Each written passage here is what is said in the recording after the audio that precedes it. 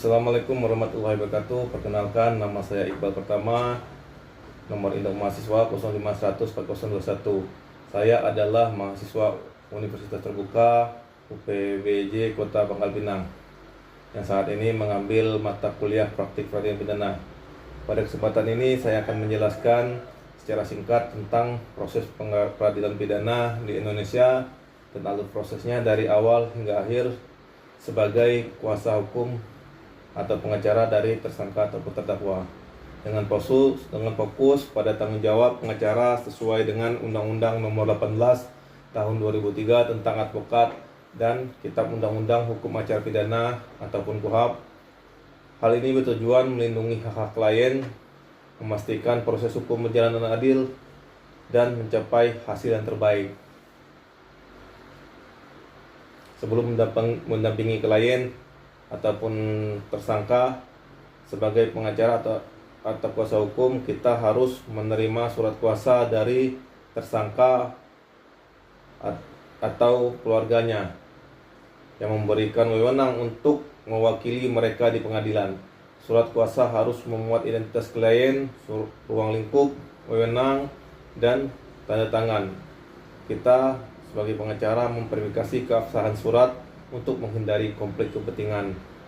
Dalam pertemuan awal, lakukan wawancara yang mendalam dengan klien ataupun tersangka untuk mengumpulkan informasi dasar seperti kronologi kejadian, bukti yang dimiliki, dan harapan klien kita. Kita juga harus memberikan penjelasan tentang hak-hak klien, misalnya hak untuk diam, hak mendapat nasihat hukum, dan risiko hukum, serta kita identifikasi potensi pelanggaran prosedur oleh penyidik ataupun jaksa. Memasuki tahap penyidikan, tugas kita sebagai pengacara ataupun kuasa hukum adalah kita menghadiri pemeriksaan tersangka oleh penyidik. Jika diminta, kita berikan nasihat agar klien kita tidak memberikan keterangan-keterangan yang merugikan bagi dirinya sendiri. Jika ada penyiksaan ataupun pelanggaran hak, bisa kita laporkan kepada lembaga yang berwenang seperti Komnas HAM ataupun pengadilan. Selanjutnya, ketika setelah selesai di BAP klien kita ajukan permohonan untuk melihat dan menyalin berkas penyidikan atau BAP dari penyidik sesuai pasal 56 KUHP. Setelah itu kita analisis bukti, keterangan saksi, dan alat bukti lainnya untuk menemukan kelemahan atau celah dari pelanggaran hukum. Selanjutnya kita membantu klien mengumpulkan bukti pembelaan seperti saksi ahli, dokumen, ataupun rekaman. Jika perlu, kita ajukan permintaan klarifikasi atau audit forensik. Setelah penyidikan selesai, kita akan memasuki tahap persidangan. Tahap persidangan itu kita akan menerima surat dakwaan dari jaksa penuntut umum. Kita analisis dakwaannya untuk memastikan tidak ada kesalahan formil ataupun material. Misalnya dakwaan tidak jelas atau tidak sesuai dengan fakta.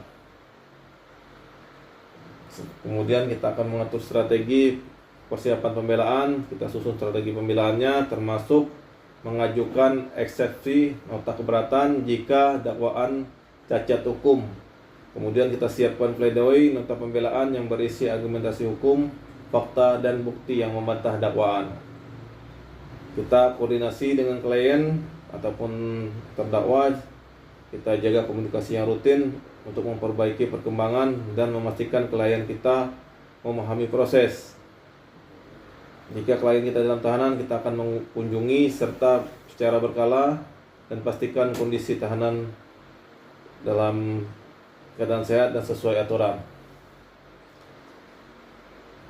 Dalam tahapan persidangan, kita akan menghadiri semua persidangan mulai dari proses dakwaan hingga pemeriksaan saksi. Ajukan pertanyaan kepada saksi, ahli ataupun terdakwa untuk mengungkap kebenaran.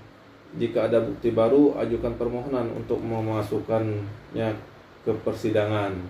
Jika ada pelanggaran prosedur, misalnya bukti ilegal, kita ajukan eksepsi, usulkan pembebasan bersyarat ataupun pengurangan masa hukuman Jika memungkinkan, kita pastikan persidangan berjalan adil dan hak klien terlindungi.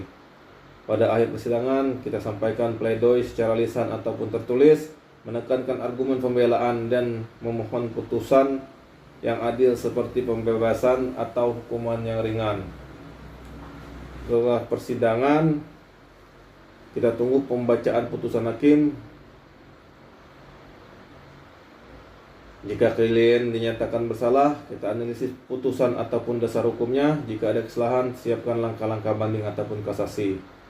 Kita berikan nasihat kepada kalian tentang hak banding dalam 7 hari atau kasasi dalam 14 hari ke pengadilan tinggi atau Mahkamah Agung. Jika putusan bebas, pastikan kalian dapat restitusi jika berlaku. Dokumentasikan semua proses untuk arsip. Jadi di sini ada beberapa surat yang kita buat sebagai penasihat hukum setelah kita menerima surat kuasa. Dalam proses persidangan kita membuat surat eksersi atau nota keberatan setelah pembacaan dakwaan dari jaksa penuntut umum. Di sini saya akan membacakan surat nota keberatan. Yang terhormat Majelis Hakim Pengadilan Negeri Bandar Lampung, identitas penasihat hukum, nama Iqbal Pratama, SHMH, pekerjaan advokat ataupun penasihat hukum, alamat kantor Jalan Kampung Melayu, RT 1 RW 1 Lampung. Bertindak untuk atas nama serta sebagai penasihat hukum terdakwa. Nama lengkap Ayam bin Jago, tempat tanggal lahir Lampung 12 Januari 2001, umur 23 tahun, pekerjaan mahasiswa Universitas Bumi, prodi Bahasa Sanskerta, alamat Jalan Melati nomor 45 Bandar Lampung. Berdasarkan surat kuasa khusus tertanggal 18 Februari 2024, dengan ini mengajukan eksepsi nota keberatan terhadap surat dakwaan jaksa penuntut umum nomor rek perkara PDM 452 garing 2024 PN BDL tertanggal 15 Maret 2024 dengan alasan-alasan sebagai berikut. Dasar eksepsi keberatan formil. Dakwaan jaksa penuntut umum menyebutkan adanya perencanaan sebagaimana pasal 338 KUHP, namun uraian yang disajikan hanya berupa pembelian pisau lipat di tempat fotokopi, penyimpanan di jok motor, dan pembawaan di kosan korban. Selanjutnya, perencanaan dalam pasal 338 KUHP haruslah jelas mengandung unsur-unsur persiapan matang, niat yang terbentuk sebelumnya, dan rentan waktu antara perencanaan dengan pelaksanaan. Dakwaan jaksa penuntut umum tidak menguraikan kapan, di mana, dan bagaimana perencanaan tersebut dilakukan secara rinci sehingga tidak memenuhi syarat formil dakwaan sebagaimana pasal 143 ayat 2 huruf B KUHP. Surat dakwaan kabur, absurd libel. Dakwaan tidak jelas dan menguraikan identitas korban yang hanya disebut bebek tanpa nama lengkap sehingga menimbulkan keraguan dan tidak memungkinkan pembelaan yang efektif. Uraian motif seperti iri hati terhadap kesuksesan korban dan terinspirasi oleh film Narcos tidak didukung bukti konkret, membuat dakwaan kabur dan tidak spesifik. Identitas barang bukti tidak jelas. Dakwaan menyebut adanya barang bukti berupa pisau lipat, laptop MacBook, dompet, dan ponsel. Namun perbuatan ini tidak diuraikan secara terpisah sehingga tidak pidana pencurian yang tertera pada pasal 362 KUHP, melainkan hanya sebagai motif, akibat, dan tindak pidana lain yang terkait dengan pembunuhan. Keberatan material. Unsur perencanaan. Pasal 338 KUHP tidak terpenuhi. Berdasarkan uraian jaksa penuntut umum, perbuatan terdakwa lebih tepat dikualifikasikan sebagai tindak pidana pembunuhan tanpa perencanaan, pasal 340 KUHP. Tidak terdapat fakta yang menunjukkan adanya rentang waktu cukup antara niat pembunuhan dan pelaksanaannya. Menyimpan pisau di motor bukan serta-merta dapat dipandang sebagai perencanaan pembunuhan karena bisa dianggap sebagai persiapan spontan. Motif iri dan ekonomi bukan bukti perencanaan. Jaksa penuntut umum mendalilkan motif iri hati terhadap kesuksesan korban dan faktor ekonomi.